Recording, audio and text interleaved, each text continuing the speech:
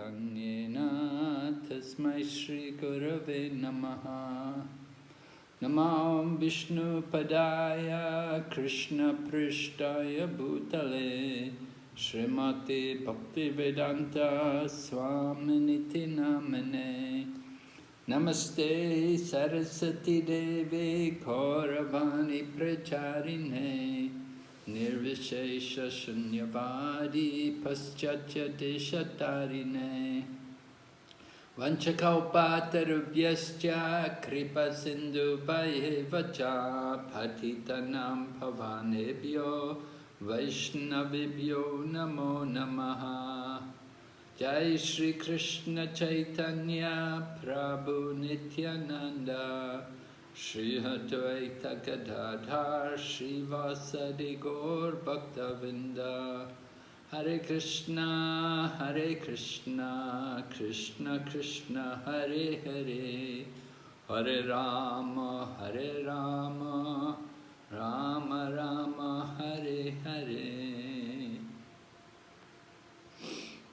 So welcome everyone to our ongoing study of the Srimad Bhagavatam at the level of Bhakti Vaibhava. And of course we're on the 5th canto, looking at the section on Vedic cosmology. And this evening we're going to look up chapter number 24.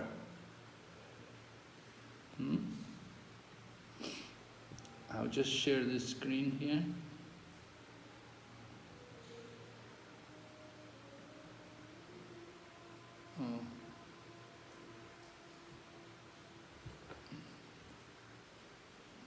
Okay, so chapter 24.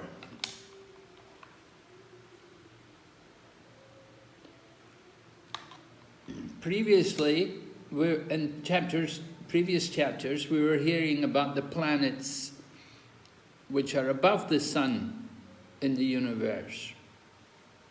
The planets above the sun, meaning planets like the pole star, and then also there's other planets, of course, like, well, there's the Saptarishis, and there's also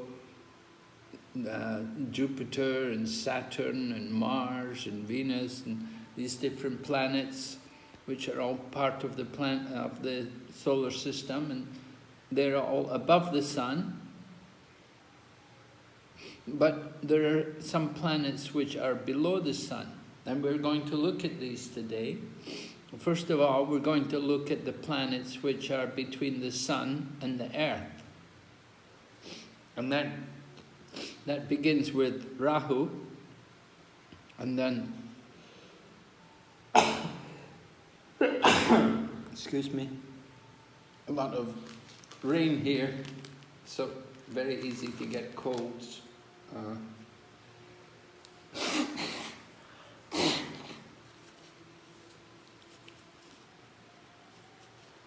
Climate's changing every few minutes. So we have Rahu, and then we have also Ketu, right? Two brothers there. We'll hear about them. And then, before Rahu, below Rahu are the planets of the Siddhas, the Charanas, and the Vidyadharas. So the Vidyadhara, sometimes there's a Krishna Lila story about a Vidyadhara who he was cursed and he became a big serpent and he swallowed Nanda Maharaj. So Vidyadharas and the Charanas, the Siddhas, those who have yoga perfections, live on Siddhaloka. And then there's other planets also, which are between the sun and the earth. For example, Yakshaloka and Rakshaloka. So obviously the planets where the Yakshas and the Rakshas live. So they're in between the earth and the sun. And then we'll go on to hear about the planets which are below the earth. And there are 7 planets which are below the earth: Atala, Vitala, Sutala, Talatala, Mahatala, Rasatala, and Patala. These planets, we'll talk about each of those, and we'll read about what's the nature of the life there. All right, so this is basically what's in chapter 24.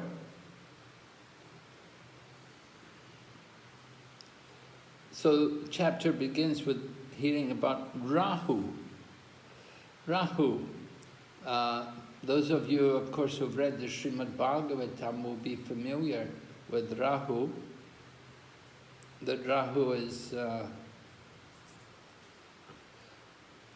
is actually an asura, a demon.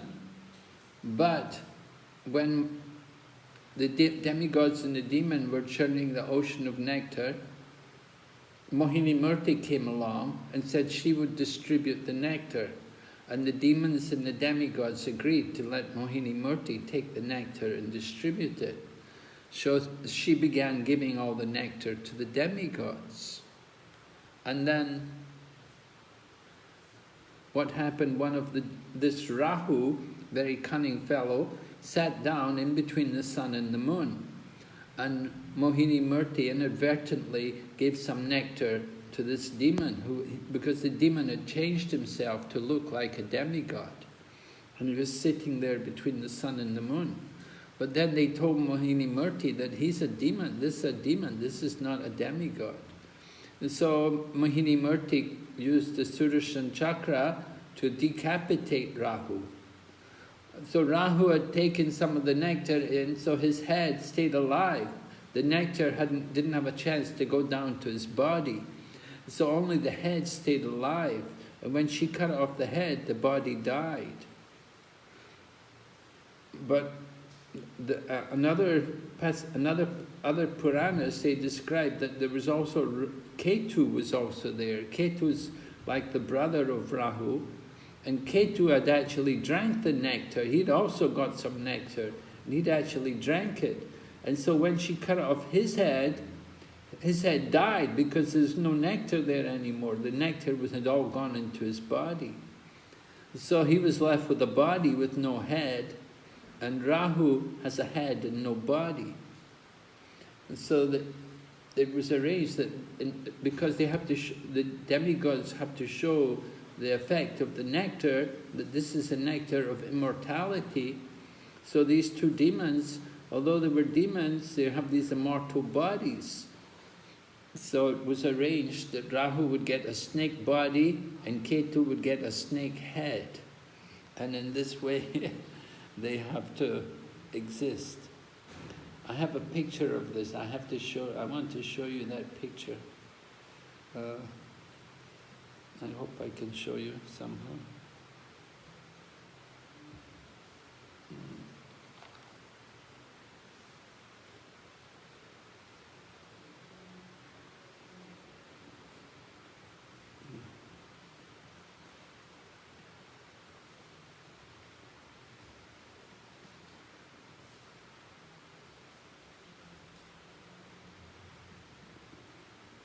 Yes, here we are. Are you able to see this slide? Yes, Maharaj. Oh, you can see. Oh, good. Okay. So you can see Ketu with the snake head, and here's Rahu with the snake body. And of course, they've got this position. They've been given the position of planets in the planetary system. So it's a big position for them, for demons. Usually demons, they reside below the earth in the darker regions of the universe. But because they got some nectar, they're given this position. They have their planets, and they're the deity of these two planets, Rahu and Ketu. Of course, they give a lot of trouble in the universe because Rahu is always envious of the sun and the moon. So it was arranged that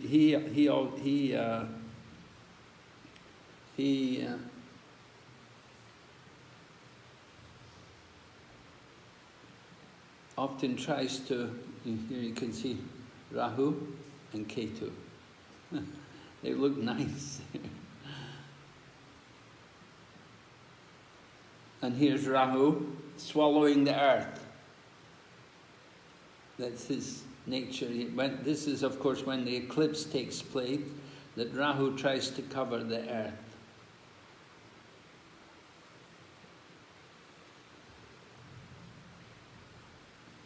It's another interesting presentation of Rahu with his snake body.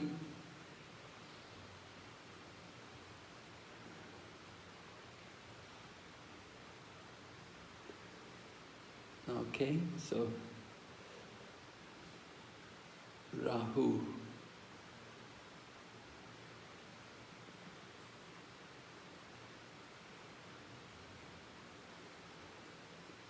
So Rahu's got this position to be one of the planets in the universe,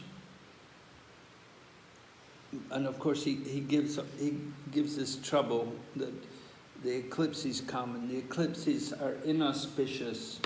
When there's an eclipse, we shouldn't look at it, because a great personality is being offended by a lesser personality. The greater personality are the sun god or the moon god, who are being covered by the lesser personality in the form of Rahu or maybe Ketu. And when they come in front of the sun or the moon, then it's an offense on their part. So when a senior person is being offended, we don't want to look, we don't want to see. So we should never look at the eclipse when it's taking place. And we should we shouldn't eat, we shouldn't drink, and we don't worship the deity. Usually they close the deities.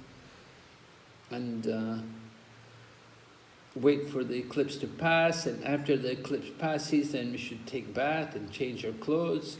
You shouldn't cook any food which was cooked before the eclipse. You cannot eat it. You have to finish the food, whatever's prepared. You should eat it before the eclipse, because any food which is around during the eclipse is no longer pure.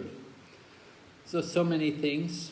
Prabhupada was not very particular about these things, but of course, usually in India generally, it's customary to follow these things.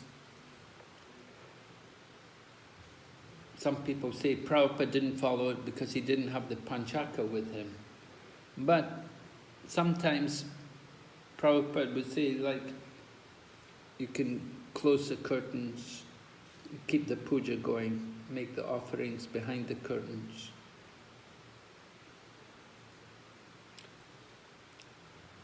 And during the eclipse, it's a good time to go and give charity, and we see in the Srimad Bhagavatam how Lord Krishna came with all of his family members from Dwarka at the time of the solar eclipse.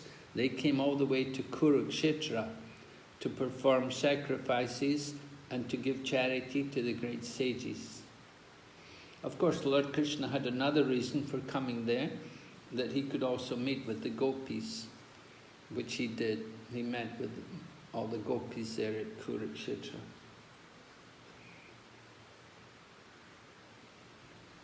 Lord Chaitanya was born during the time of a solar eclipse, and it's said at that time, 1486, in the Purnima, that everyone was taking bath. So customary, another way in which they observe the eclipse is that all the Hindus will go and take bath in the Ganga and chant the holy name. We were here in Mayapur, I remember, we had 1 year on Gaur Purnima, there was an eclipse, and we all went to take bath. We all went down to the Ganga and took our bath during the time of the eclipse. But at the same time, being careful not to look at the eclipse.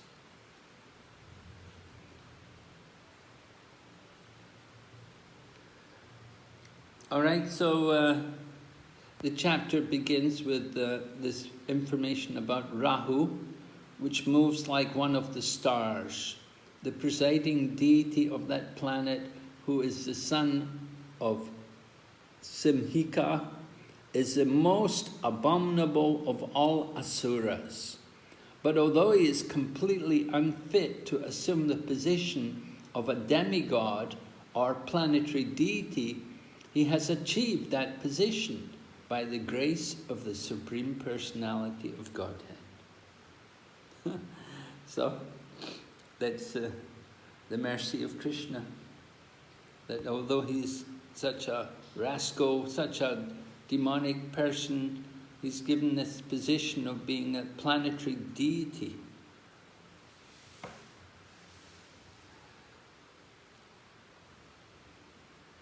All right, then we go on to hear a bit more about Rahu and the sun globe. The moon extends. First of all, the sun globe is 10,000 yojanas. The moon extends for 20,000 yojanas, and Rahu extends for 30,000 yojanas. Rahu tried to create dissension between the sun and the moon by interposing himself between them. Rahu is inimical towards both the sun and the moon, and therefore he always tries to cover the sunshine and moonshine on the dark moon day and the full moon night. So these eclipses are regular. They occur, you get usually 5 or so in a year. There'll be maybe 2 solar eclipses and 3 lunar eclipses in the course of 1 year. And they will occur about the same time every year. You get annual eclipses.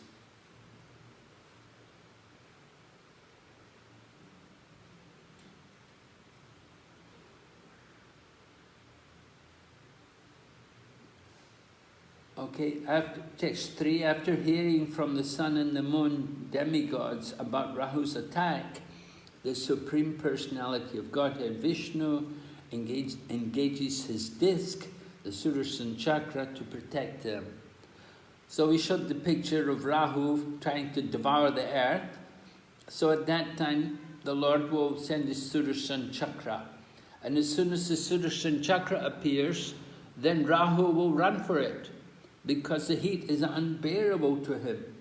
He cannot tolerate the heat of the Sudarshan Chakra. Sudarshan Chakra is for killing non-devotees. So it's unbearable to Rahu, and he therefore flees in fear of it. During the time Rahu disturbs the sun and moon, there occurs what people commonly know as an eclipse. In the purport, Prabhupada writes that controlling demigods are most obedient to Lord Vishnu, although they also want material sense enjoyment, and that is why they are called demigods, or almost godly. Right, demigods are not pure devotees. They have some material desires, but they have a lot of piety, because to get that position of a demigod, they have to have a lot of piety. They have to have done a lot of pious activities. So they take part in overseeing the affairs of the universe. And therefore Lord Krishna, he's concerned about them. He's always concerned for their welfare. And he helps because he knows they're maintaining the universe. So Lord Vishnu, or Lord Krishna, that sometimes he will come. He will have to come and help the demigods to defeat the demons. Because there's always this conflict going on between the demigods and the demons. And Prabhupada compares the scientists going to the moon. He said this is like Rahu's attack on the moon. So these scientists are like another Rahu. And he said just as Rahu is never successful, the attempts of the scientists also will never be successful.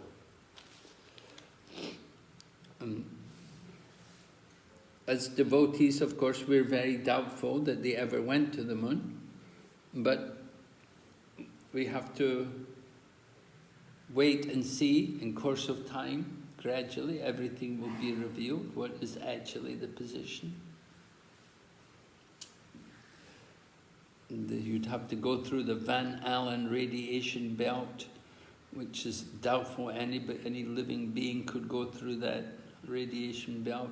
It's so powerful.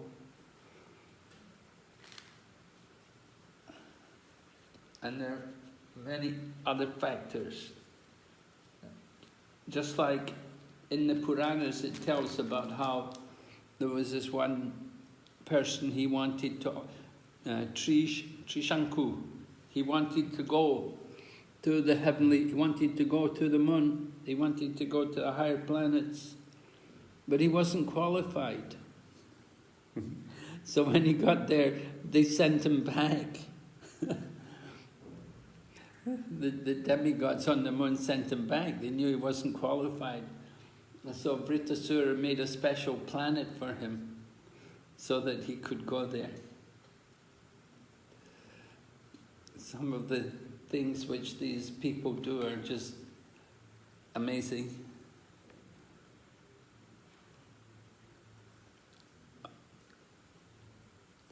Okay, so then Rahu, below Rahu is Siddhaloka, Charanaloka and the Vidyadhara Loka.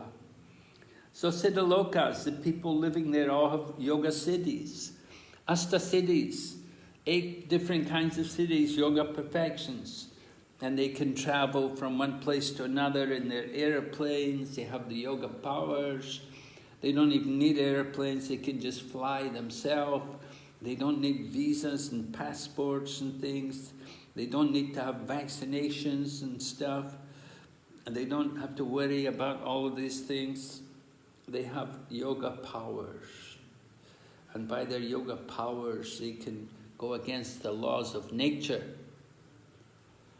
So there's a whole planet of these people, which is above the earth and below the sun. Siddhaloka. And the Vidyadharas. Vidyadharas are also like demigods. A little bit lower than the demigods, but still they have to have a lot of piety to get there to Vidyadhara Loka. So it's described how one of the residents of Vidyadhara Loka, he committed an offense against a great sage, and he was cursed to become a snake. So he became a big serpent in the Yamuna River, and it happened that one day Nanda Maharaj was camping there along the banks of the Yamuna with other men. So this big serpent came out and began to swallow Nanda Maharaj. And nobody could do anything about it. So then they called for Lord Krishna, and Lord Krishna immediately came, and simply from the touch of his foot, he transformed that serpent into the demigod, the Vidyadhara, a resident of the higher planets. So then they asked, what happened? How can you tell us, who are you? And so then this demigod, this Vidyadhara, resident of Vidyadhara planet, explained how he committed an offense against a great sage, and the sage cursed him to become a big snake. But by the touch of Lord Krishna's lotus foot, he was transformed, he regained his divine form again. So that's a nice chapter, because in that chapter there's an important verse which speaks about the power of simply hearing the holy name. That if one simply hears the holy name, one can be liberated. So the loud chanting of the holy name is recommended. And that verse which appears there in that chapter was quoted by Haridas Thakur when he was asked, why do you chant loudly? So he quoted this verse from the Srimad Bhagavatam and says, anybody who hears the holy name, they become liberated. So he said, I want people to hear the holy name, they can be liberated. So that's the Vidyadharas. So their planets are situated in the sky called Antariksha. This Antariksha area, this is the area between Swarga and Bhumandala. It's Bhuvar. loka, like that. It's the intermediate area. It's sometimes called antariksha, and sometimes it's called bhuvar loka. So it's the places of enjoyment for the yakshas, rakshasas, pichachas, ghosts, and so on. Antariksha extends as far as the wind blows and the clouds float in the sky. Above this, there is no more air. And so it's surprising to note these creatures like yakshas, rakshasas, and ghosts, and pishachas. They're not very auspicious kind of people, but they're there, and they're higher in the universe than our Earth planet. They're situated a little higher, but of course it doesn't mean that these are actually very pious living entities. But they do have some kinds of powers. It's mentioned here. It said places of enjoyment. These are all places of enjoyment for these people. So they have their holiday resorts, if you like, places of resorts. And then below the abode of the yakshas and the rakshasas, you come to Earth, the planet Earth. Its upper limit, it extends as high as swans, hawks, eagles, and similar large birds can fly. So these large birds like swans and hawks and eagles, they can fly quite high in the sky. And sometimes there have been incidences where they give trouble to airplanes. Aviation have to be very aware of these kind of birds flying in the sky, because if they get caught in the engine, then your engine's had it, and the plane's going to have to make a crash landing. So this is one of the dangers of flying aeroplanes. The air is the place for the birds. It's not really the place for people. We're not really meant to be flying around in big airplanes. And if we run into these birds, then certainly it's a problem. Okay, so this is the region which is above the earth. And now, text number 7 goes on. We're going to hear about the regions which are below the earth. So there are 7 planets. So let's divide them up. How many people have we got here today, Prabhu? We have 16, Maharaj.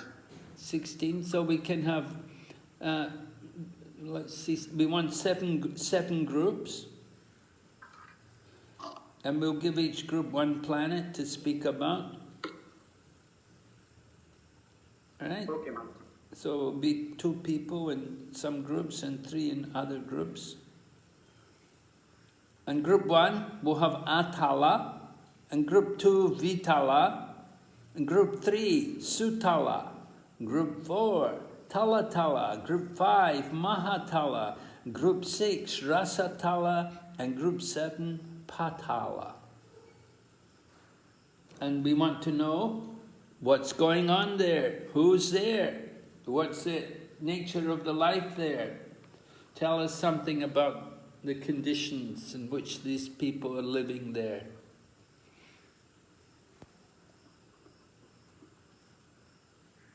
Is that okay? Yes, Maharaj.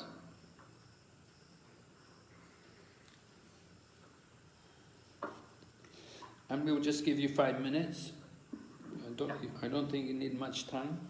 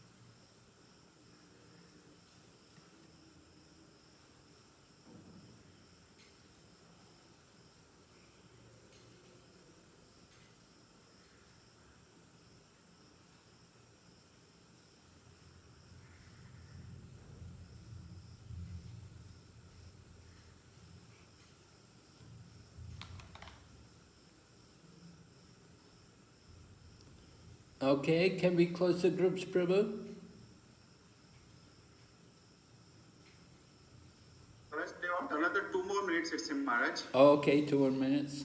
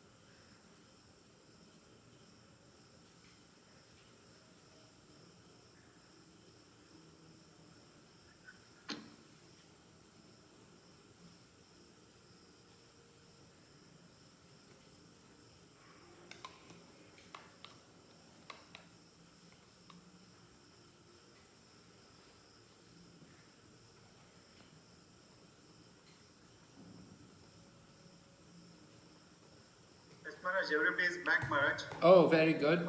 All right, so let's have hear first of all from group number 1, Atala. What's going on there? Hare Krishna Maharaj, please accept our humble obeisances. My obeisances to you. In Atala planet, there is a demon, son of Mayadhanava, named Bala, and he has created 96 different kinds of mystic power. So, and yogis, like so-called yogis and swamis, they take advantage of this mystic power even, and they cheat the people even today also. And simply by yawning, the demon, Bala, he has created 3 kinds of women. One is Swairini, Kamini, and Pushchali. The Swairini, Swairini is like to marry men from their own group, but Kamini is marry men from any group. And Pushchalis, they change husbands one after another. So, if any man who enters the planet of Hatala, these women immediately capture him and induce him to drink an intoxicating beverage which is made of for some drugs, attaka, cannabis, some indica, and this intoxicant endows that man with great sexual prowess, of which the women they will take advantage for enjoyment. So this is how they are living with sense gratification. And Yes, Prabhupada tells us, he says that in one of the purports, he says that the sense gratification of the demigods is sometimes disturbed. yeah. And Maharaj, one more point from that they are illusioned and intoxicated by false pride, and they think themselves as a god, ignoring impending death. But time is the dominating factor. So they are only the death. They are afraid of only the time factor.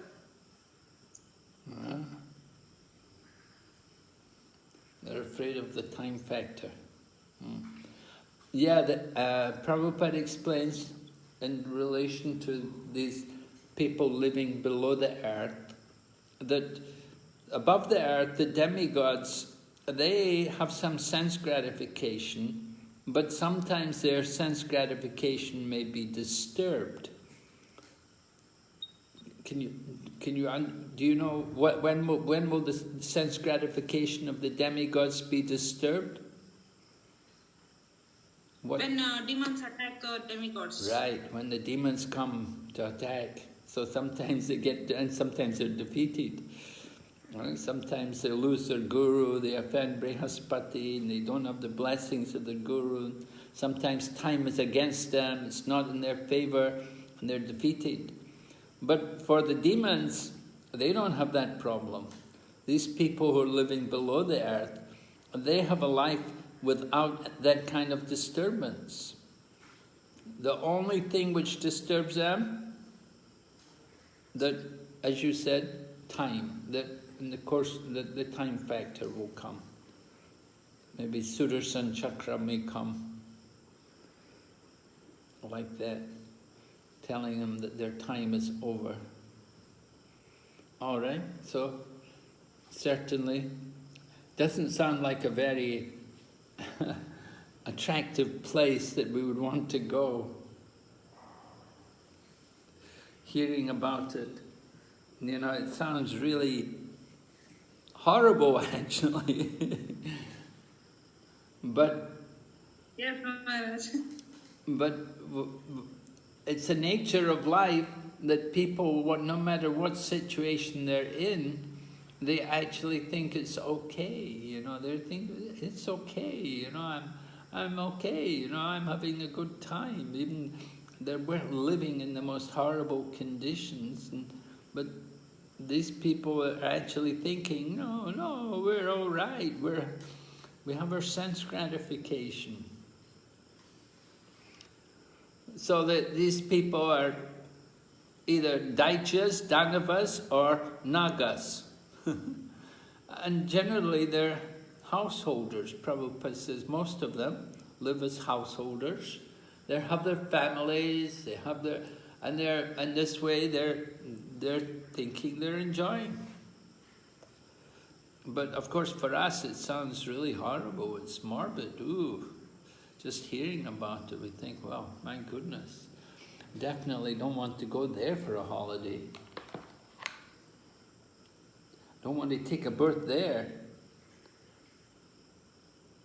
And Prabhupada writes, a Vaishnava is always anxious to give all such bewildered materialists the real happiness of spiritual bliss. That's in the purport of text number 8. So hearing about these lower planets, and of course not only the lower planets, the higher planets are also, not very appealing. We shouldn't be drawn to them. Although it sounds certainly it's heavenly, the opulence and so on, but we shouldn't be bewildered by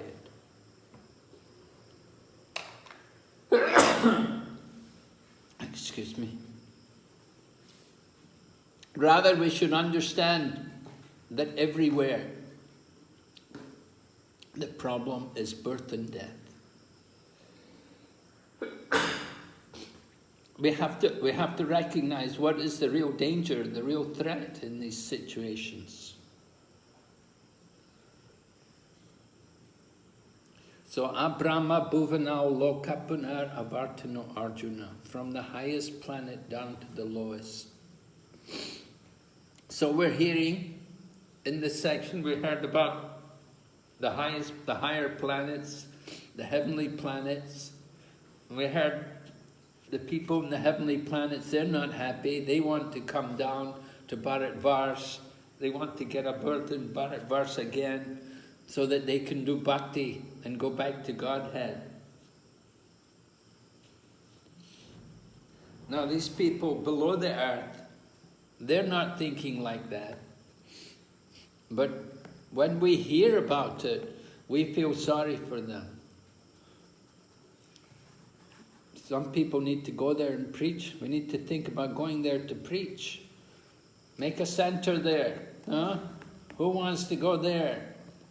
Atala Loka. Is it? Atala Loka? Want to go there and preach? My goodness. Ooh.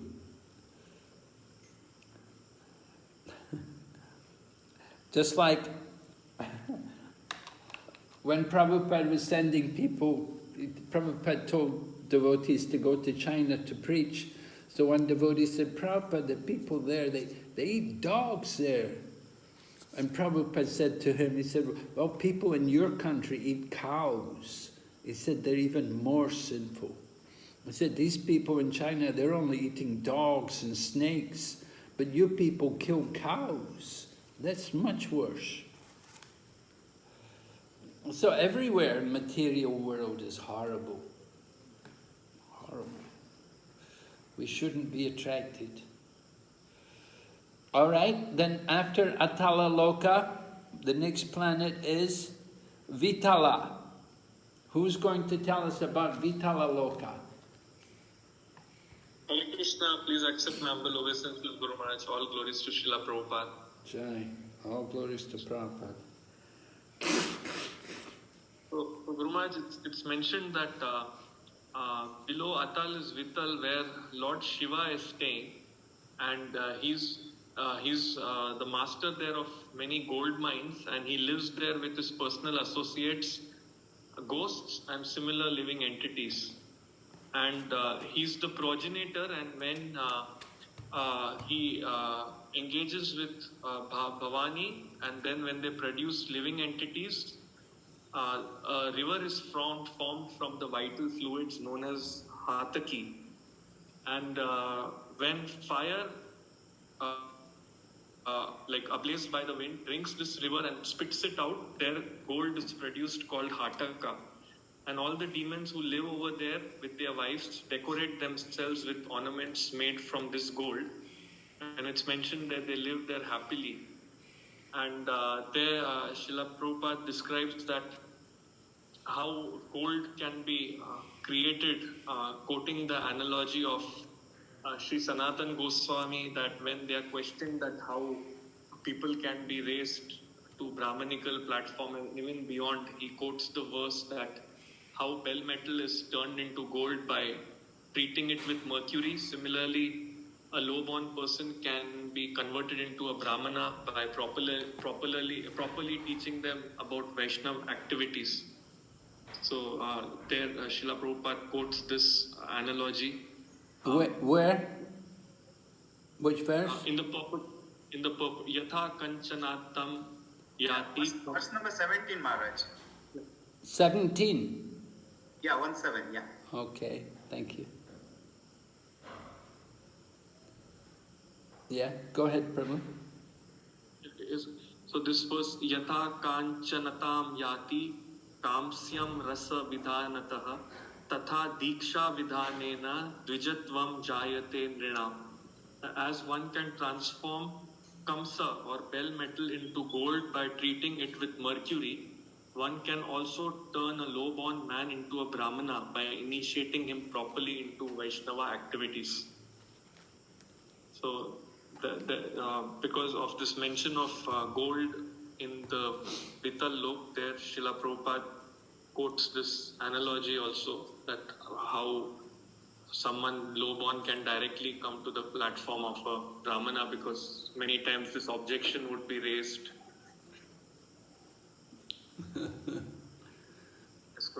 So, in 1968, the devotees heard from Prabhupada about this, about how you could make gold by an alchemical process. So the Prabhupada was also talking how we need money to spread the Krishna consciousness movement. So the devotees thought we should make gold. So one of the devotees, one of the senior devotees, Rupanuga Prabhu, he wrote to Prabhupada and told Prabhupada, we want to make some gold. We want to make gold by this alchemical process. So Prabhupada told him, he said, I don't think you should try this. He said, it is not certain that you will make the gold. It is not certain that you will be successful. He said, unless something is certain, you don't want to waste your time on it. And then Prabhupada also said, and he said, I also think Krishna won't give you the gold like this. He said, because I know if Krishna gives you gold, you'll think of the gold, you won't think of Krishna. So Prabhupada was not encouraged. He didn't encourage the devotees to try to produce gold. But the real gold, of course, is that people will become pure devotees. That's the real gold. And I explained the other night also how gold in the material world is jada, it's dead matter. But the gold of the demigods is semi-spiritual, semi-matter. And just like in the spiritual world, the gold is fully spiritual. It's fully conscious. Everything is conscious in the spiritual world. Krishna's mirror, Krishna's comb, Krishna's brush, everything is conscious. And so the gold, the ornaments of Krishna are also conscious. They're also personalities. Krishna has his kastuba jam, like that. And there's a book where it names all of the different ornaments of Lord Krishna. They're all persons, and they appear in this form to serve Krishna. So consciousness is there in the spiritual world, but not here in the material world. So as devotees, we have to be careful not to be too much allured by gold. We know Hiranyakashipu, he was very eager to get gold. And his brother Hiranyaksha dug up the earth searching for gold, and he created some disturbance in the universe, causing the earth planet to fall into the bottom of the Garbhodak ocean. So there's so many dangers can come. We get too much occupied in searching after gold. So Prabhupada didn't worry, although Prabhupada went to the West with no money, he didn't worry about it. He just simply preached and depended on Krishna. Prabhupada saw other people, they became so much concerned about money and bricks and cement and land. They wanted the properties. But Prabhupada was just concerned about the preaching mission, to keep up the preaching activities and to keep the purity. That's the real gold. So we shouldn't be too much overwhelmed by desires to get gold, to find gold. Some devotees even, they went looking for gold and they spent a lot of money. They heard that during the Second World War, the Japanese had taken a lot of treasure and hidden it in the jungle. And some devotees, they went looking for the gold, to try to find the gold. And some other devotees, they went looking for precious jewels, to do mining, wanted to get big money. And the result was they simply lost their Krishna consciousness. The whole basis of spiritual life was forgotten about. They got so much into the economic issues. And that's not what's important. What's important is to keep our Krishna consciousness. So we have to be very careful not to be too much allured by gold. Okay, so that's Vitala. We heard about Lord Shiva and Bhavani, and of course they're they're in different places, right? We heard that, you know, they had also Kailash there, which was up in Jambudweep. He had his place there. And so he's here also. And how they're producing the gold. We have to understand Lord Shiva is a very transcendental personality.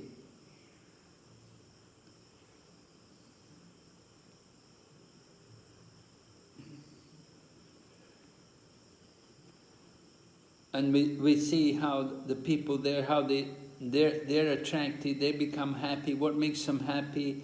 The gold, that they can dress in gold, they can have all these ornaments of gold. One man wanted to collect money to buy gold ornaments for the deities. I remember one time in London. In London, we have Radha Landanishwara there in central London. The very first deities in the movement were the big deities of Radha and Krishna to be installed in London there. So one man was coming there and he said, we should buy gold ornaments for the deities. And he said, I will collect money and we will buy the gold ornaments for the deities. But Prabhupada didn't like it. He thought it's not a very good idea. He said, if you have a lot of gold, it will simply attract thieves. And Prabhupada explained, he said, in the past, many temples in India, they did have a lot of gold, they had a lot of valuable jewels for the deities, but gradually they would all get stolen and they all went missing.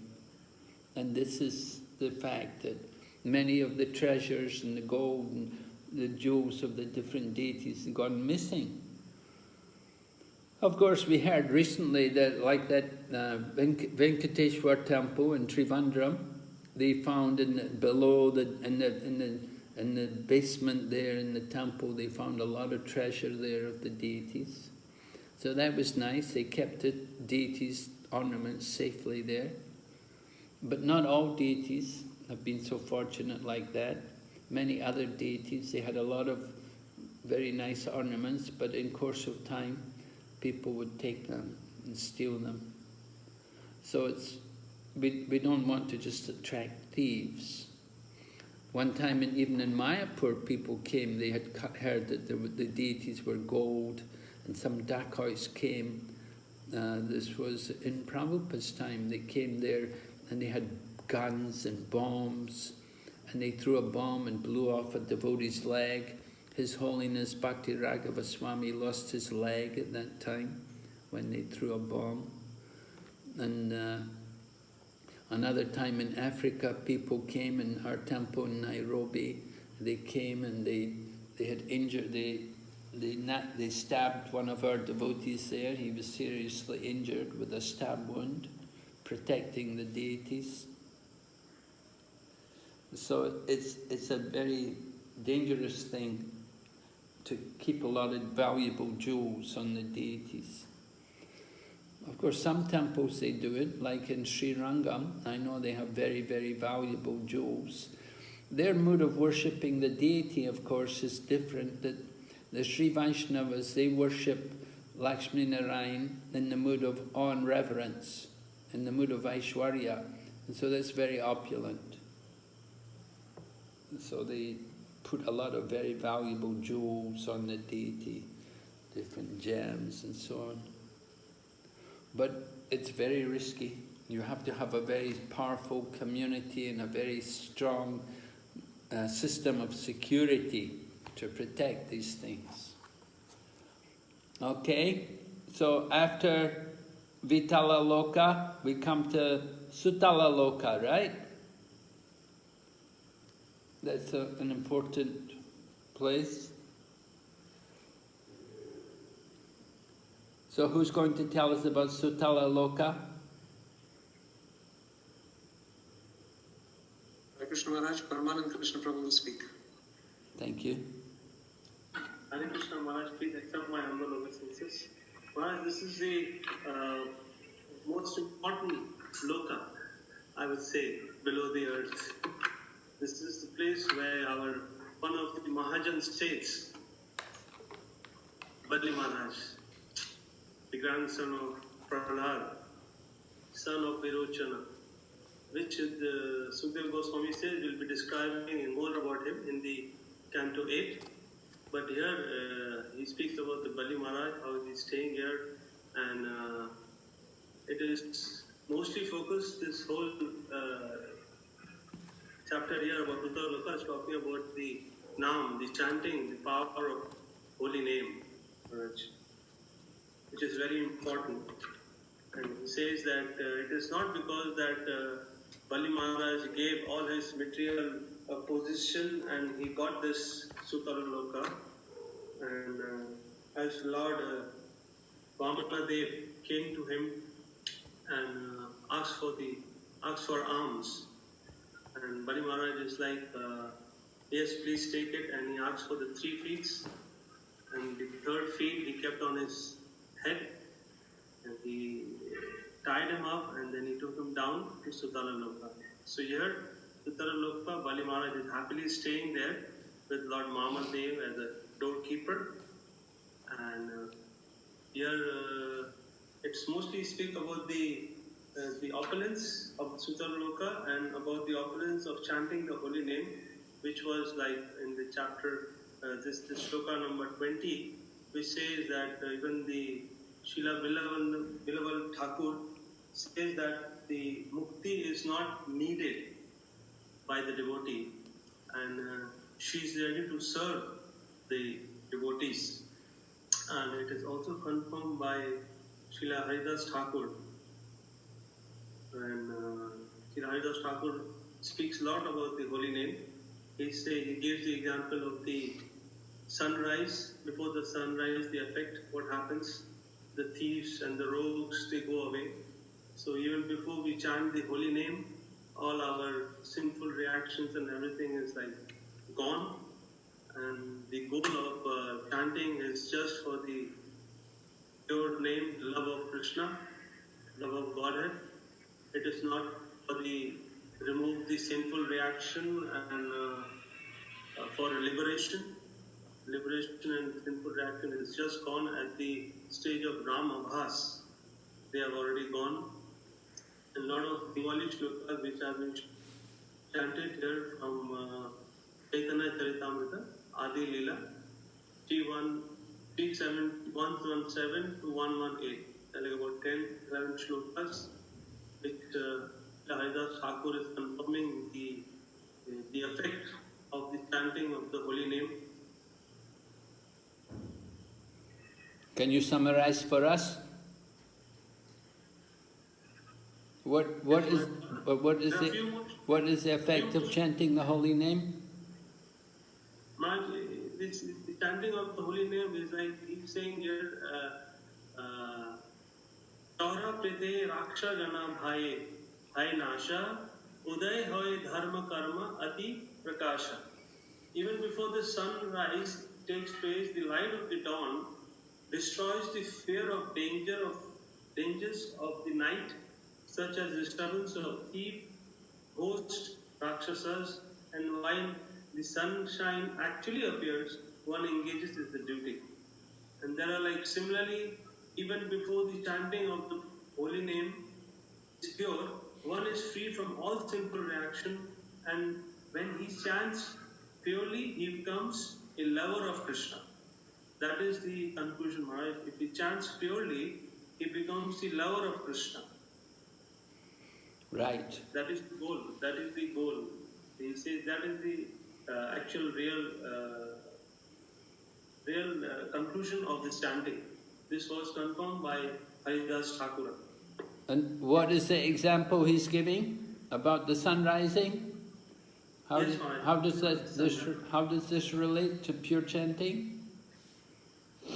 He gives the example of sun rising, that even before the sunrise and the dawn, even the Haridas Thakur says that the sunrise begins to rise, it dissipates the darkness of night, even before the sunshine is visible. Haridas kahe yachi surya uday, uday na hoy hamara tumara hoy Krishna.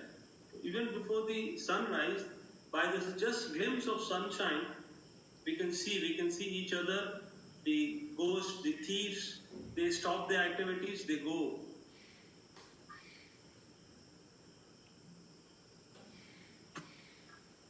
So how does this relate to chanting? We should chant Maharaj even like without offenses. Like even if you chant in the offense, even by mistake, if we chant also, that gives us the result. The chanting is so because there's abhinna nam namino, because there's no difference between the name and Lord Himself.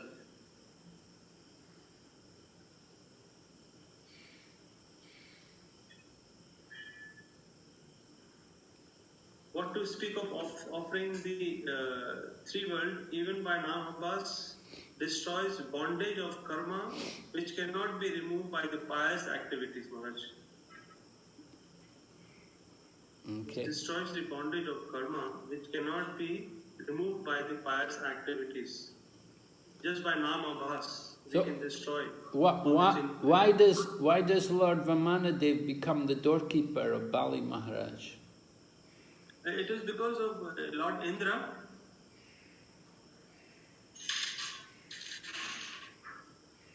Because Indra wanted back his position, Maharaj. That's why. What's that got to do with Bali Maharaj becoming the doorkeeper?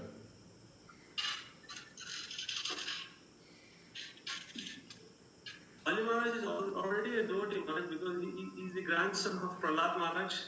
He knew the right thing.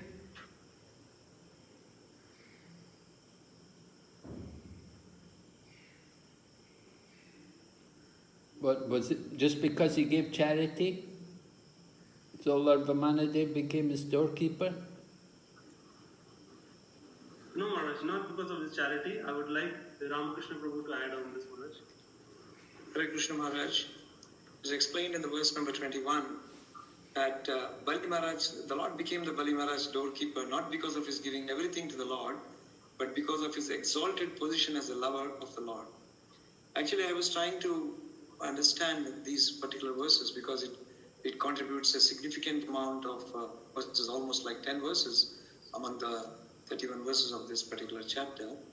So it very clearly appears that Sukadeva Goswami was very much in trance while he started to explain about the Sutala planet, because there he remembers about the supreme devotees such as Bali Maharaj and his grandfather Prahlad Maharaj, and trying to dwell upon their glories, he tries to also say that how Bali Maharaj got all these opulences because of being excellently trained by his grandfather Prahlad Maharaj, who was very famous because of his ability to remember the Lord and to chant the holy names. That was the preaching which Prahlad Maharaj had actually done. And as we see here, though Bali Maharaj is a Daitya, he had attacked the heavenly kingdoms of Indra and thereby had stolen away or robbed off from all the opulences.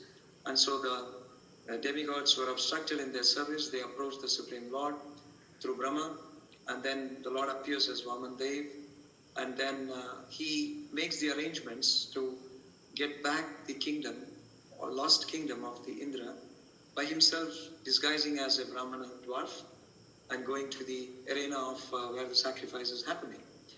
These full details are explained more in the Canto number 8, but here it's very interesting to note that Sukadeva Goswami was overwhelmed to speak about the glory of Bali Maharaj, especially in the Sutala planet.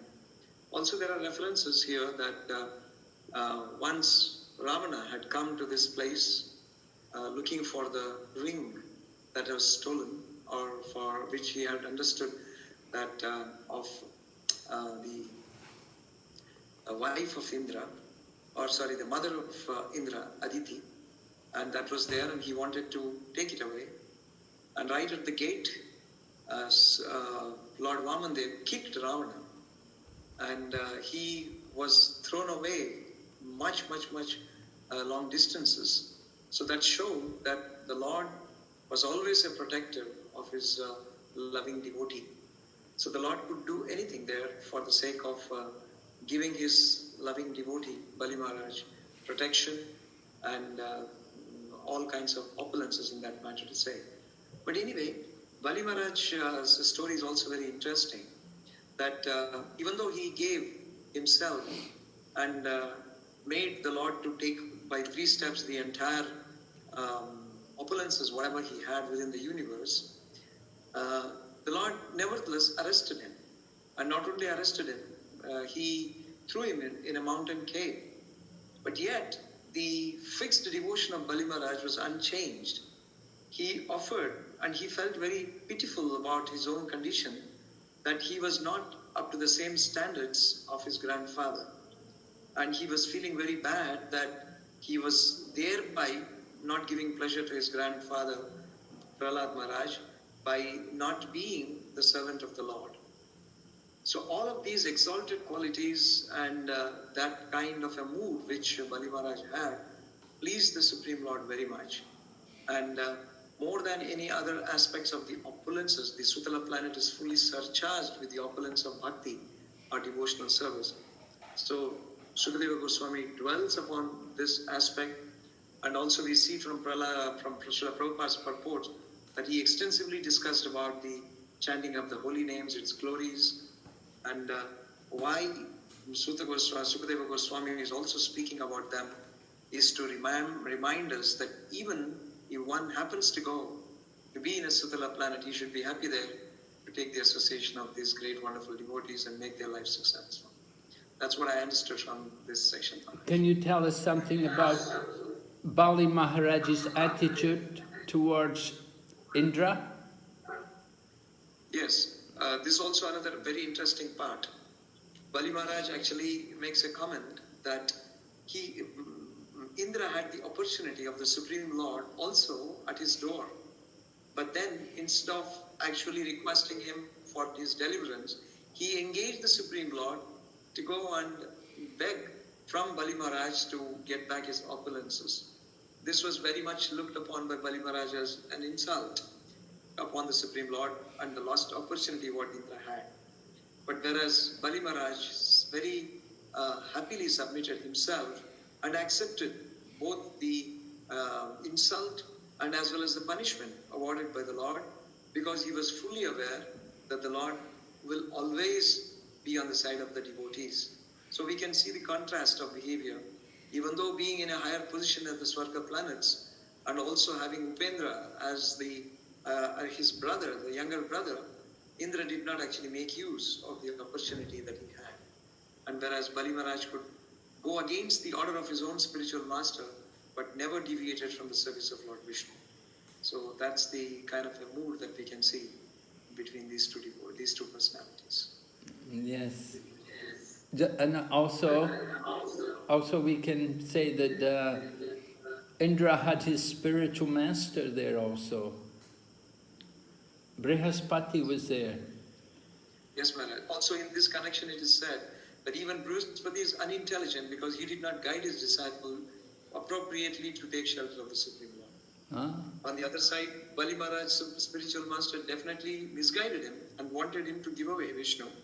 But he was determined and firm to serve the Lord. Right. Thank you very much. Very nice. Maharaj? Yes? Just I want to bring one point here, Maharaj.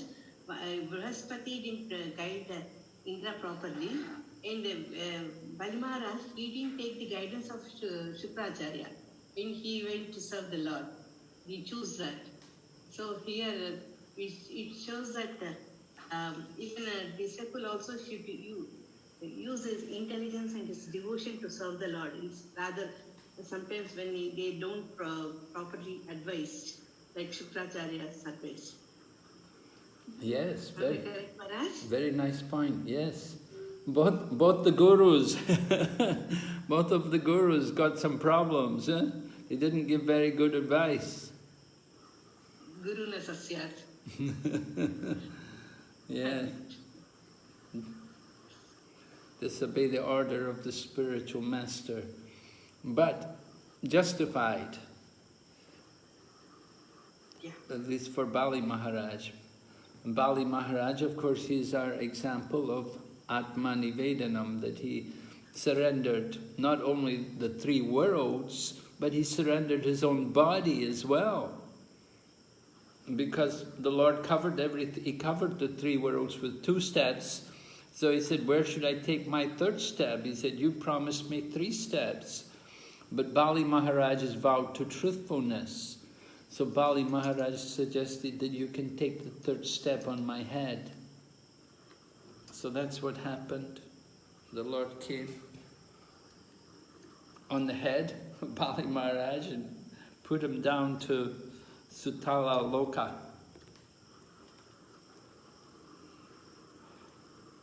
Okay, so it's a very wonderful pastime, and some very interesting points certainly come up here in this section of Srimad Bhagavatam. Hearing it explained. We don't see in the 8th canto like this. It's very nice to hear it like this, how Bali Maharaj views the ignorance of Indra and Brihaspati, that they are, instead of asking for the highest thing they could get from the Lord, they simply ask for something material. They simply ask to get the 3 worlds. But they could have got the love of God. They could have got the highest thing. The Lord was personally there in front of them. But they just asked him to go and beg for them. They got the Lord to go as a beggar on their behalf to get the 3 worlds. So Bali Maharaj says, foolish, they're stupid, they're so ignorant. They had the opportunity to get the highest thing, they didn't take it. Yes? Maharaj also, he does not take the credit for himself. He gives the credit to his grandpa, Bali Maharaj. Okay, he gives the credit to Prahlad Maharaj, his grandfather. Yes. Of course, Prahlad Maharaj also came there when he was bound. In the 8th canto Srimad Bhagavatam, it describes how Prahlad Maharaj had actually come there and pleaded on behalf of him. He pleaded on behalf of him to Lord Vamanadev.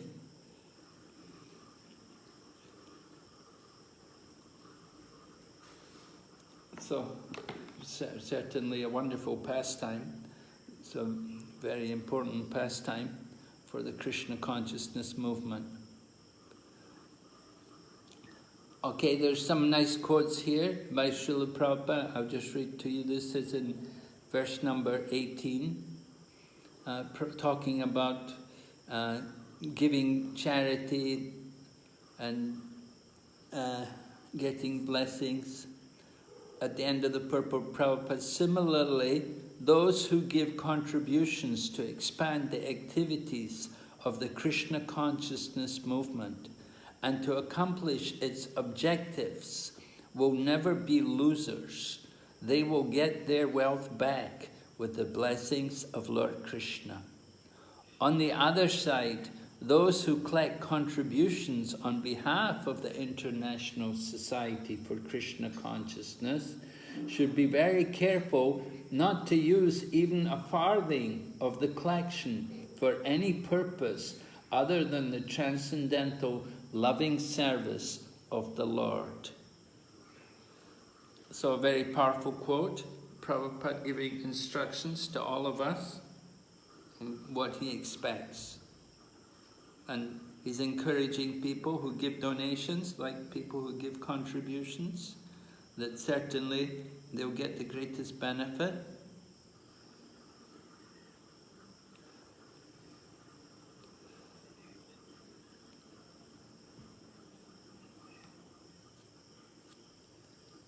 The benefit is they'll get the blessings of Lord Krishna. That's the greatest wealth. Okay, so we'll go on to the next planet. What's it called? Mahatala, is it? Or Talatala? Talatala, Maharaj. Talatala, yes. Maharaj, please accept our humble obeisance from Radha Madhava Mataji, entry of the Gopi.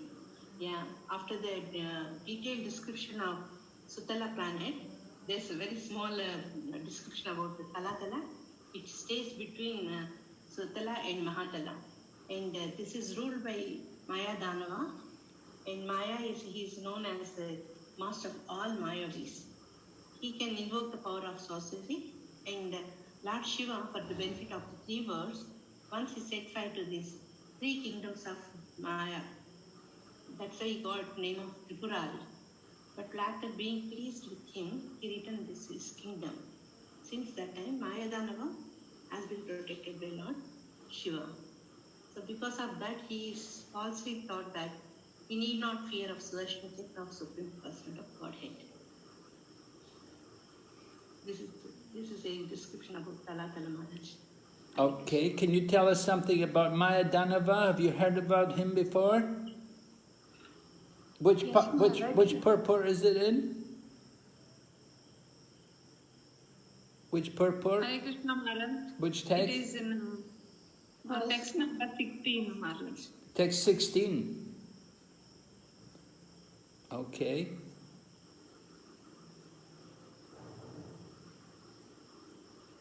Yes? Can you tell us something about Maya Danava? Have you heard of him?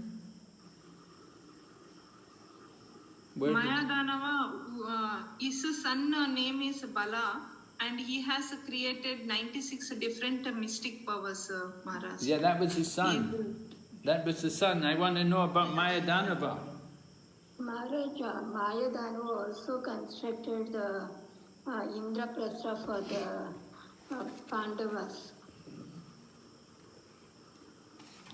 Yes?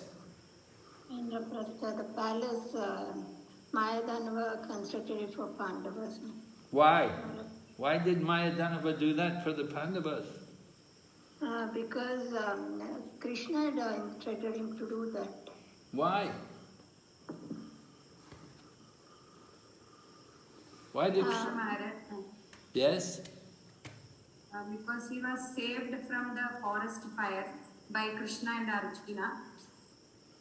Actually, Indra wanted to kill him, but Krishna and Arjuna gave shelter to him. So, in return, like Krishna wanted him to construct Indraprastha for Pandavas.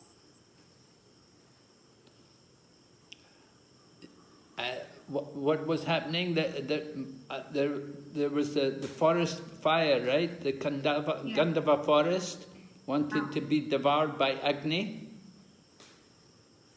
Right? Yes. The fire god wanted to eat the Gandhava forest, and so Maya Danava was in the forest, right? So he was in danger.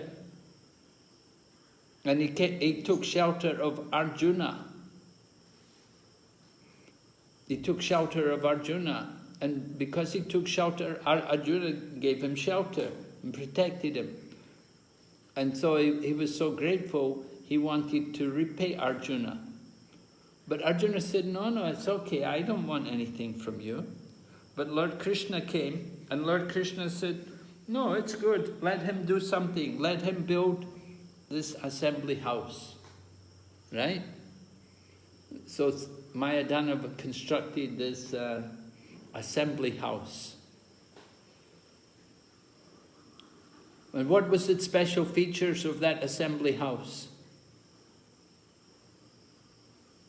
Maharaj, when there is no water, it used to appear like there is some water.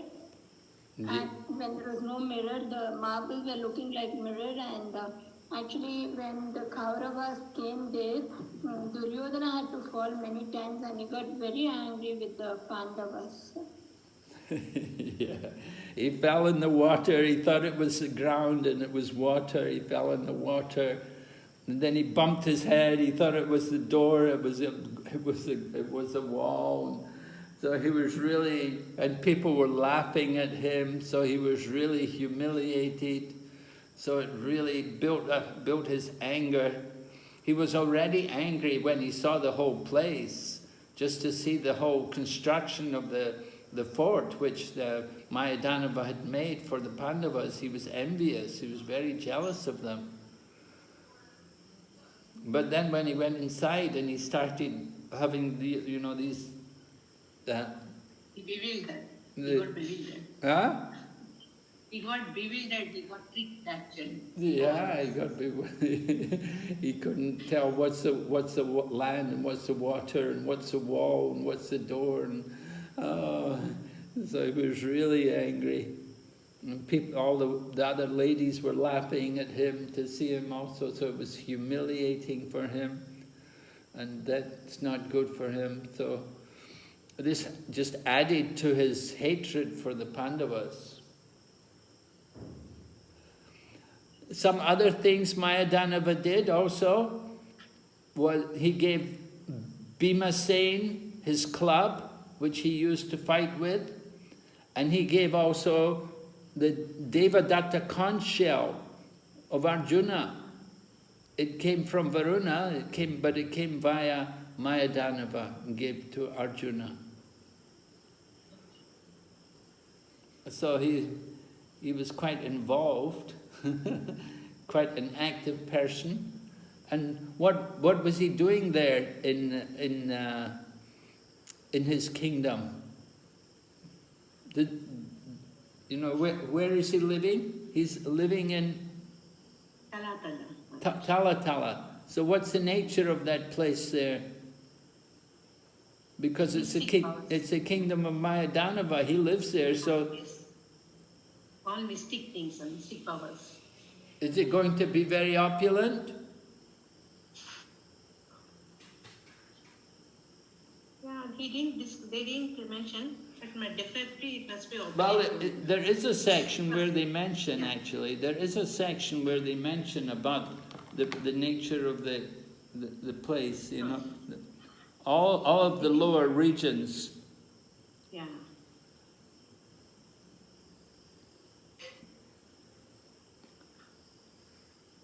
Right? It mentions about the text number 10, the parks.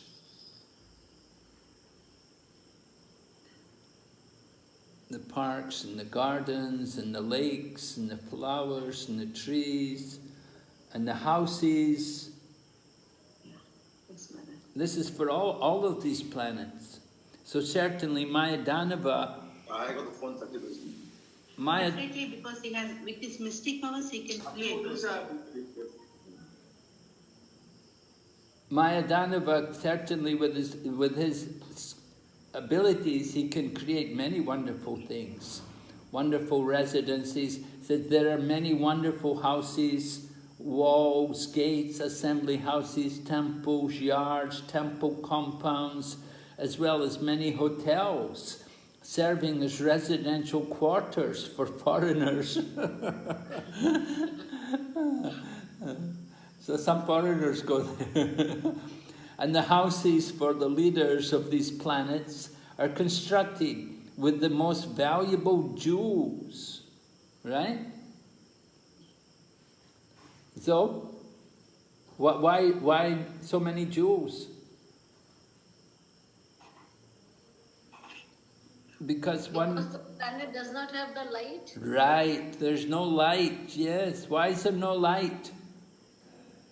Because it is in they're in ignorance. The lower planet, sun does not reach there. Yes, below the earth, right? It's below the earth. So the sun doesn't reach there. No sunlight. So how do they light it? They light it with all these valuable jewels. Right. Maharaj, this is true for the Sutal planet also, where Bali Maharaj is there and the Lord is there also with no light. It is... Yes, even Ilavritavarsha is described. It's dark there also, darkness there also. That's in Jambudweep. But it was mentioned, I was reading that in Ilavritavarsha also there was no light. So here also, the subterranean heavenly planets, although it's very opulent, there's no natural light. How do they keep healthy then? Because, you know, you need sunlight to get... How are you going to keep health? Are they all going to be very sickly? They don't see the light? What did it say? Maharaj, it is said that they are completely free of diseases, old age. And even though they are sensually more agitated, it's free from all these kind of defects. Yes. It also mentions, if you look on text number 13, text 13 says, since the residents of these planets drink and bathe in juices and elixirs made from wonderful herbs, they are freed from all anxieties and physical diseases. They have no experience of grey hairs, wrinkles, or invalidity. Their bodily lustres do not fade. Their perspiration does not cause a bad smell, and they are not troubled by fatigue or by lack of energy or enthusiasm due to old age. So this is some of the features of this place. Drinking juices and elixirs made from herbs. So although they have no sunlight and they're in this darkness, but still they manage to keep their health. Hare Krishna Maharaj. Yes. In verse number 11, there is a mention that there is no sunshine in the subterranean planet, and the time is not divided into day and night, and consequently fear produced by time does not exist. Yes. Would you like to explain a bit more about that? Fear produced by time does not exist. So where is our fear coming from? Because we have forgotten about the Lord, so fear comes in the form of kala, the time. Yes.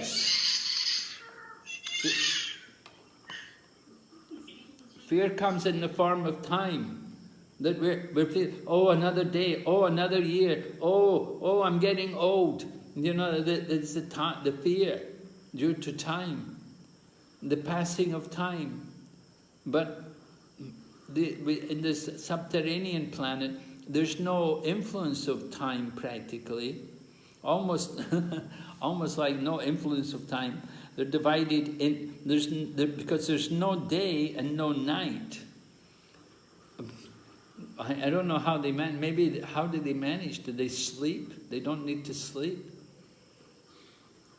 Hare Krishna Maharaj, so if there is no effect of time, so they don't die? No, they do die. We heard they have a fear of the Sudarshan Chakra. When the Sudarshan Chakra comes, even if the pregnant women, they will have miscarriages just from the Sudarshan Chakra coming. It was mentioned. But so at what time the Sudarshan Chakra comes? On his own will, or like is there anything like? Well, under the influence of time, the Sudarshan Chakra comes. Because it's Krishna's own instrument. So whenever Krishna wants, the Sudarshan Chakra will come. So that means, Maharaj, that all the demons over there, even though they do not have the fear from the time, but they do fear of the Lord's punishment in the form of Sudarshan Chakra, and that can always be hovering around them at any time. So they have that subconscious feeling with them, and so that is what actually they actually fear for.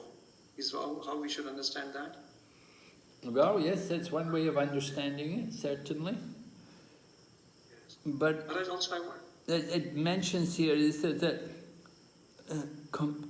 fear produced by time does not exist. So fear produced by time does not exist, but other fears may exist. Maharaj, if I understand that actually it is more of a physical nature of what is being mentioned in verse 38 to 11 in terms of fear. Like day and night are the two kinds of a situation where in the daytime naturally we become more happier, more identified with each other and sense gratificatory activities. But the moment the night sets in, there is a fear of losing something or being left alone of such kind of a thing, just because we don't see things. or perceive things as what they are in the sunlight. So with respect to that, probably that point is being mentioned here as without sunshine and the time which is divided, not divided into day and night. So that's a kind of a fear that is not existing there. Okay, I'll have to think about that. I also wanted to just have a clarification. You are referring to that in Ilavatavash also that there is no sunshine. But as we understand in the later cantos of Srimad Bhagavatam, we find, especially in the 9th canto, in the early sections, it is mentioned that Sudyumna was the one who was actually on a hunting into Ilavatavash. He accidentally went there and he was cursed by Lord Shiva to become a woman. And thereby he became Ila. And later on he was attracted by Buddha, the son of Moon. And then afterwards we find that Pururava was actually born. If they had gone in hunting, how would they actually go in the night if there is no sunshine? I was really wondering about that. Well, were they actually going hunting in Ilavritavarsh? Maybe they were hunting in some other region. And then afterwards they went into this place. That's how it could be understood. Yeah, it could be understood like that. Have to look more into it. I have to remember where I saw this quote where it was saying there's no light in Ilavritavarsh. That's very interesting to know, Maharaj. And they also mentioned, the Ganga also doesn't touch Ilavritavarsh. It falls into the outer planets. Yeah, it flows outside of Ilavritavarsh. That's mentioned, yes, Maharaj. But Ilavritavarsh, of course, you have Mount Meru right there in the middle. So Mount Meru is gold, solid gold. There must Reflection. Reflection of Mount Meru? Yeah, the light is there. It could be light coming from the reflection, yeah. It's possible. Okay, so we heard about Mayadanava and his kingdom. And he's in Tala? Was it? Yes, Maharaj, Tala. And next is Mahatala? Yes. Yes?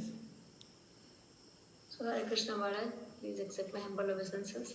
So, this Mahatala is below the Tala, and this is the abode of many hooded snakes, which they are the descendant of Kadru. And their nature is always being very angry. And the prominent snakes here are, it is mentioned, Kuhuka, Takshaka, Kaliya, Sushena.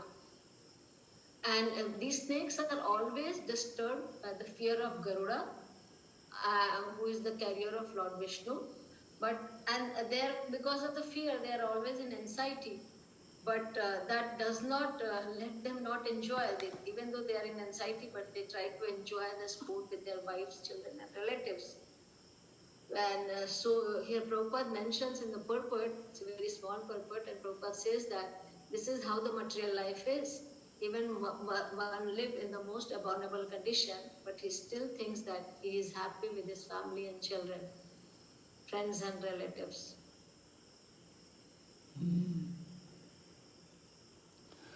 So the snakes are happy? Yeah, they're happy with their wives and children. Even though they are anxious, but they're trying to enjoy, thinking that they're happy. And I think also Kaliya is mentioned as being one of the snakes also. Yes. Kuhuka, Takshika, Kaliya and Sushena. So we heard about Kaliya also. He had his wives, and then the Nagapatnis, how they were nice, they prayed to Krishna. Yes. What did they pray to Krishna? Do you remember? They prayed to Krishna to leave their husband, forgive their husband. Because husband was very envious and sinful, and when Krishna was dancing, and so they just came and prayed that please forgive his offenses against you. Okay, yes. And Kaliya, why didn't Krishna kill Kaliya?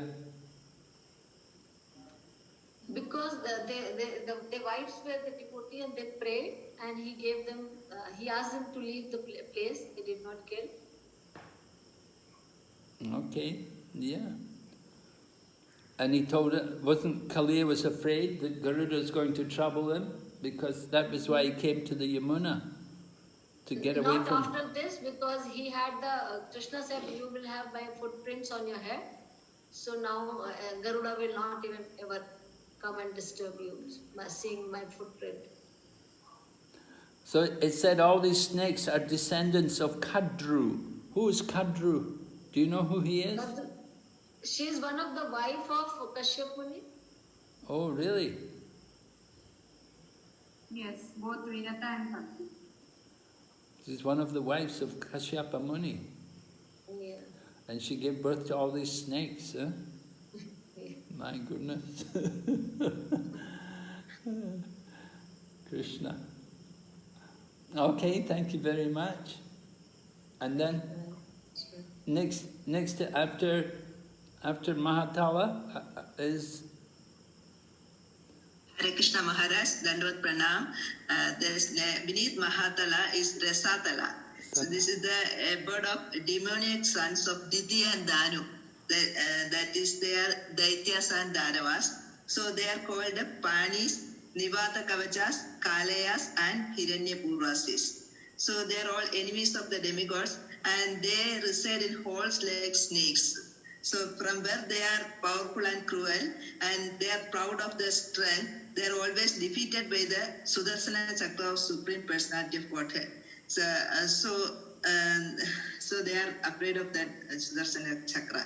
So when the female messenger from Indra named Sarama chants a particular curse, these demons become very afraid of Indra.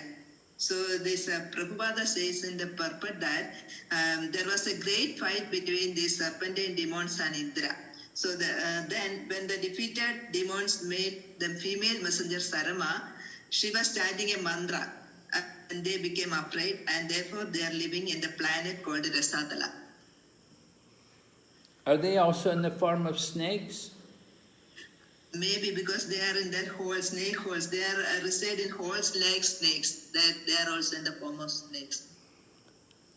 Well, it's mentioned that, you know, it was mentioned about the people, the residents of Mahatala, that their anxiety wasn't the Sudarsana Chakra, but their anxiety was Garuda. That yes. Garuda will come there to destroy them. Yes, but here it is, they are always defeated by the Sudarsana Chakra of the Supreme Lord. So that's why, although they are proud of their strength, they have strength, but still they are afraid of this chakra. That's what here it is mentioned. Okay. Okay, so, and then finally we have Patala Loka. That Hare Krishna Maharaj, with humble obeisances. Hare Krishna. Hare Krishna. Yeah, Patala. This is the lowermost planet out of all the planetary system. This is the lowermost planet. Patala Loka. This is another name is Nagaloka. It is full of snakes, and the chief among them is Vasuki. The head of the snake is Vasuki, and their quality is they are always angry. They are extremely angry, and they have many hoods. Like some have 5 hoods, 7 hoods, 10, hundreds, and thousands. So, and the main thing is they have valuable gems in their hoods, and they eliminated the whole Bilasvarga, all the lower planetary systems by these gems. And there is no purpose in this. Right? Okay, so this is the nature of the lower planetary system. So this is Bilasvarga. It's in some ways it's a little difficult to understand how it's heavenly. So Maharaj, here it writes that because that snake, they illuminates the entire planetary system of Bilvasarga. So all the planet of the Atal, Vittal, Sutal, they get the light with these snakes. Okay. Right, Maharaj? Yes, right. Yeah. Yes. Just like the sun planet illuminates all the upper part of the universe.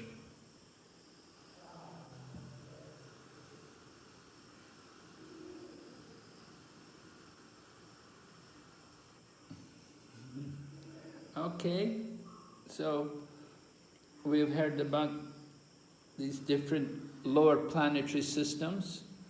Certainly,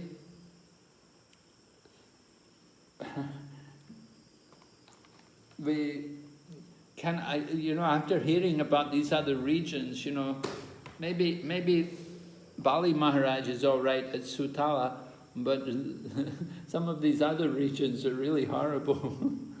Really terrible. Mayadanava, maybe where he is, maybe that place where Talatala is maybe not so bad, because Mayadanava is there and he's got everything so mystical, so amazing, so magical. But some of the other regions, living in bodies of snakes and holes in the ground, and oh my goodness. It's like in Plato, in Plato's Republic, it tells about the cave dwellers. Did you ever hear that story about the cave dwellers? The prisoners were kept in the cave, and one of the prisoners he escaped after they'd been held prisoners in the cave underground for a long time. After a long time, this one man managed to escape, but he came out of the ground, and he came into the light. And he came into the presence of the powerful sunlight at midday. And the light was so powerful it burned his eyes. He ran back into the ground and went away back into the bottom of the cave. And he told all the people, never go up there, it's terrible. There's just a ball of fire in the sky and it burns your eyes. So Plato's Republic is like that. It's telling us, that we're so conditioned. We become conditioned to our own little tiny existence. So the same way these creatures are living underground and in the darkness, and they have these snakes and they have nagas and these different things, and how they live, it's really, but for them, they're enjoying. They're having a good time. They have their wives, they have their families, they have their homes, they have their houses, their places. It's all happening. Of course, until Garuda comes. Actually, I had doubt. Half of the doubt clear clarified by your explanation now. But what my doubt was, in all these lower planets, did anyone ever thought to go to upper planets, like in earthly planet? Whatever activities we are doing, our aim is to go to higher planets. But these lower planets, they never thought of that, Maharaj? Well, it's not that we never thought of it. It's just, what's the reason to go there? The people want to go to higher planets because they're looking for enjoyment. But to go to people would find it difficult to think of the enjoyment in the lower planets. Although in some ways you may say, well, there's some kind of enjoyment there. There's gold there in the place where Lord Shiva is. There's gold ornaments. And then Atala Loka, they're having their intoxication and they're enjoying the opposite sex association. So there's some kind of level of enjoyment there, but it's the lower planetary systems, as we heard, is all in darkness. Just like if you stay, you go to the nightclub. Some people go to the nightclub. It's all dark inside, and they have lights flashing, and you don't want to stay in there too long. You want to get out. You want to come to the light. The natural place. Our place is not in the dark. Our place is in the light. Prabhupada gives the example. He said, just like if you're in the sea, are you comfortable? How long can you stay there? Even if you're a strong swimmer, how long are you going to stay in the sea? Because it's not your home. You can't be comfortable there very long. You want to get out. You want to come to the land. Because that's where our nature, that's where we belong. And so similarly, we're in this material world. We're not very comfortable here, anywhere in this world. Lower planets or higher planets or earthly planets. We're not comfortable anywhere. And we should think how to get out. We want to go back to Godhead. We want to go beyond all this. Now that's the idea. This is what Srimad Bhagavatam is presenting to us. Then go beyond all of this. Don't just try to find any comfortable situation here in this world. There is no comfortable situation anywhere within the three worlds. Nowhere are you going to find this comfort. The demigods are not comfortable.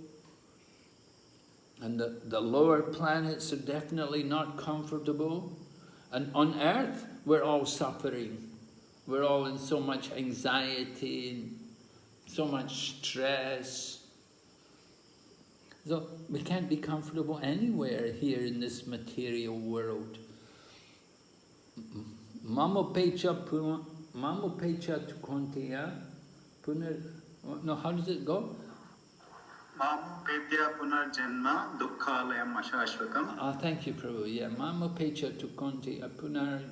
Mamo pecha. Punar janmana vidyate. Mamo pecha tukontiya dukkhalayam ashashvatam.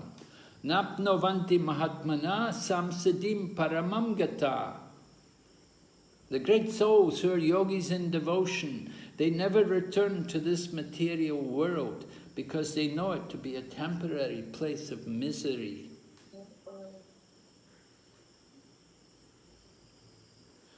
So we should think like that. We have to have that consciousness. I was reading Barijan Prabhu's commentary on this section of Srimad Bhagavatam, and he has several quotes, Prabhupada talking about the danger in the material world and how there's danger just everywhere. There's so much danger. But for a devotee, there's no danger. If he's in Krishna consciousness, there's no danger. We just have to hold tightly onto the lotus feet of Krishna. And even these hellish conditions, just like Bali Maharaj, we may say, well, you know, I don't know, it couldn't be too nice there. But because Bali Maharaj is such a devotee, he's holding the lotus feet of the Lord on his head. So hell becomes heaven when Krishna is there. But if you go to heaven without Krishna, it becomes hell. So the important thing is to be in Krishna consciousness. And then you can go anywhere. You can be anywhere. And this is the message. We have to become Krishna conscious. Then we won't be disturbed by any situation. Maharaj, can I ask one question? Yes, please. Upper planetary system, all these opulences are there, they are very happy. So we are seeing even the lower planetary system also, there are some happiness, some kind of, like this is called Bilva Sarga. So what kind of, like, impious people go to that place? And if they are impious, so how do they go to Swarga? Or it is called Swarga with lot of opulences, although it is like a material word, but there are some opulences which has been described. So how do they go there for like punishment? So that there should be some suffering. What kind of suffering like they have there, because they have a lot of, it is like compared to like a Swarga. Yes. Yeah, it's a special karma, isn't it? They must have some special karma to go there, to go to these lower planets. My goodness, you can imagine. Well, certainly, you know, we heard something about their nature, like the snakes, they're always angry. They're angry and envious. So people who have that kind of mentality, always angry and envious of others, so they could end up going there.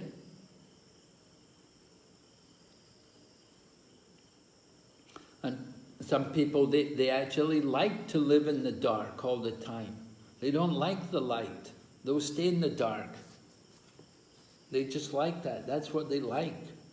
They don't want to see the light. So they're preparing for that life in this life.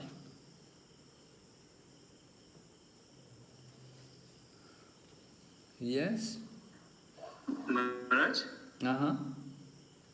Maharaj, from the lower planetary system, how they will be elevated to higher planetary system? Will they come back to earthly planet and then they will go to other planets, Maharaj, or from there only they will go to the promoted to upper planetary system? Yes, they have some particular karma to take them into the lower planetary system. So when that karma's worked off, then they'll come back up to Bharatvarsha, up to the earthly region, because it's Bharatvarsha is karma bhumi, right? They're earning their karma there in Bharatvarsha. And then from Bharatvarsha, they'll go either up or down, according to how they act. And so their activities, it's in Bharatvarsha where they prepare to either go up or down.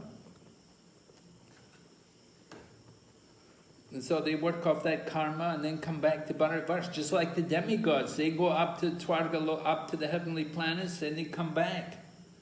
And then they often go back up again, do more pious activities, come back up again. And so for these people who go down, they go down into the lower planets there, and they live there in those bodies for some time, enjoying whatever they do there, and then they come back up to Bharatvarsha and do more karma. In Bhagavad Gita, Lord Krishna describes there in the, is it 16th chapter or 17th chapter, how these demons, they'll take birth repeatedly in such demonic species of life. They'll take birth repeatedly because that's their nature. It's what they want. They actually enjoy. They're happy.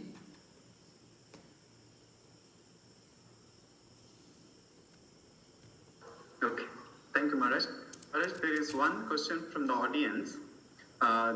Okay, probably this will be the last question, Maharaj. Maharaj, it is said that we get punya and papa only in the bhuloka, and we enjoy and suffer the effects in the upper or lower planetary system. My query is, how free will to be understood in the upper and lower lokas when there is no karma effect? What is it? How free will is to be understood in the upper and lower lokas when there is no karma effect? Oh, free will. Yes, well, we see, for example, Indra, when he's up there, he's the king of heaven, but sometimes he will do something wrong. Sometimes he'll get punished. Sometimes his guru will curse him to become a pig.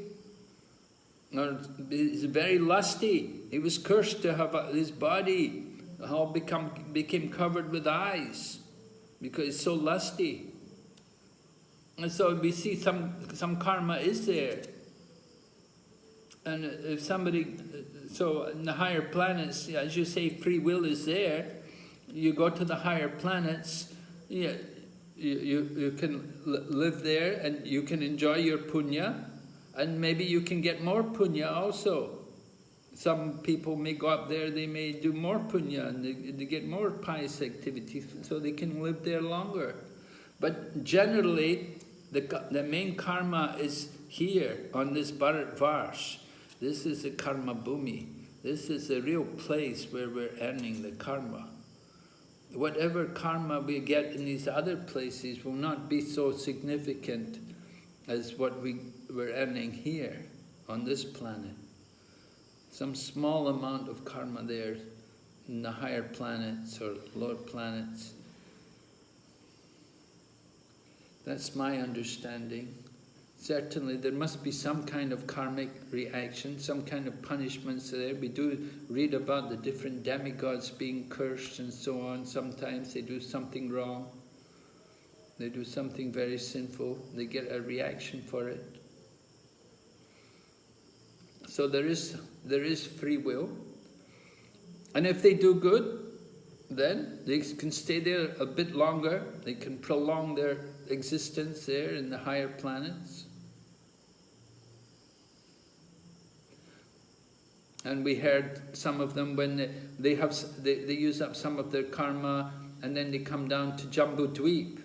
And in Jambudweep they still have some punya, and they enjoy in Jambudweep. So in Jambudweep also they're enjoying, but they have also their karma. According to how they live, how they act, they're going to get. Either they'll stay there longer, or they'll be kicked out.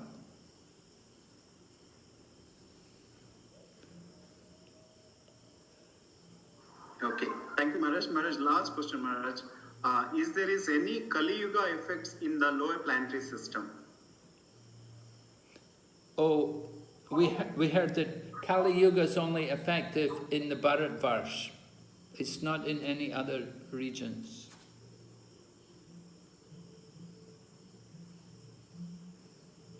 Yes, Maharaj, as mentioned, there is no time effects.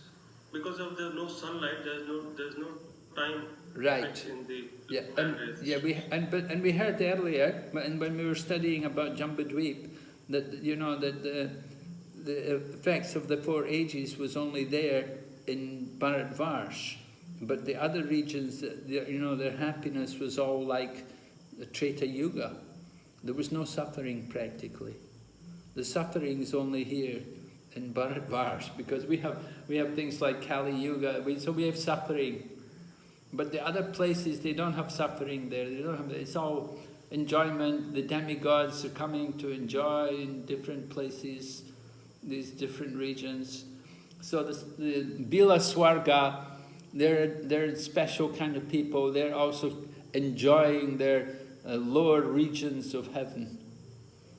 Although they're in these bodies like snakes and nagas, but they're actually happy. They like that. Just like Indra's a pig, he's happy. So you get the body of a naga, they're happy. They like, and we also we're thinking, I'm a human, I'm special, We don't understand. We think because we can get these insects out of here, get that dog out, don't let that dog come around and like this. We're thinking we're so important, but we're nothing compared to the higher species. There's so many higher species of life above us. We're really insignificant. But we're thinking we're great, we're thinking we're the controllers, we're doing everything. So yeah, there is Kali Yuga here in Bharatvarsh, but it's not there in these other regions. In these lower regions, it's not there. The Bila Swarga and the Bhuswarga, it's not there. And Divya Swarga, it's not there. They don't have the influence of Kali Yuga. Okay.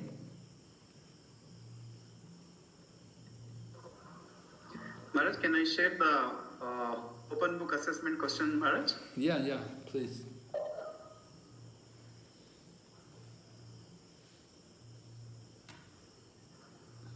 Yeah. Maharaj, there are 2 questions. I think it has answered 2 of the following. So here it's Maharaj.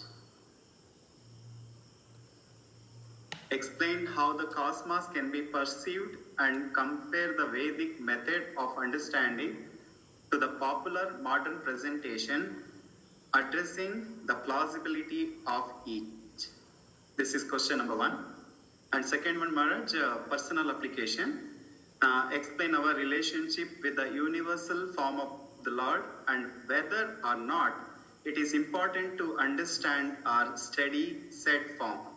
Discuss how you can apply what you learned in this section to enhance your devotion to Sri Krishna, and how, if at all, your outlook has changed after studying the Lord's universal form. Oh, okay. How many words do you have to write? 600 to 800 words, Maharaj. Oh, okay. Okay. Not so easy, my goodness. Why they picked that? And you want our devotees to answer both questions? I mean, this is the recommend, Maharaj, from MI. Answer two of the following. Means two questions they have given, we have to answer both. Okay. Anyway, you have a long time. You have time at your disposal, I hope. I hope you can find something to write about for this, and make you think. Certainly that's what it's all about. We want to think, use our mind, bring our mind to think of Krishna, and to think of Krishna's philosophy, Krishna's teachings, and then express it in words.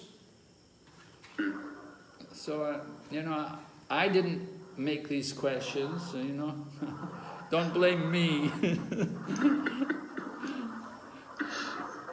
Maybe I'll try to come up with some new questions in future. I don't know who picked that question. You bless us, Maharaj. Devotees will, with your blessing, the devotees will come with the flying colors, Maharaj. Yes, I'm sure you've come all this way. You've come a long way. I'm sure you're not going to let these two little questions stop you. You've come so far. So this is the last hurdle. So just put up with it and go through it and get it done and submit it. Okay, so I'll meet you on Thursday night. Thank you very much. Hare Krishna. Srila Prabhupada ki jai. Jai. Hare Krishna.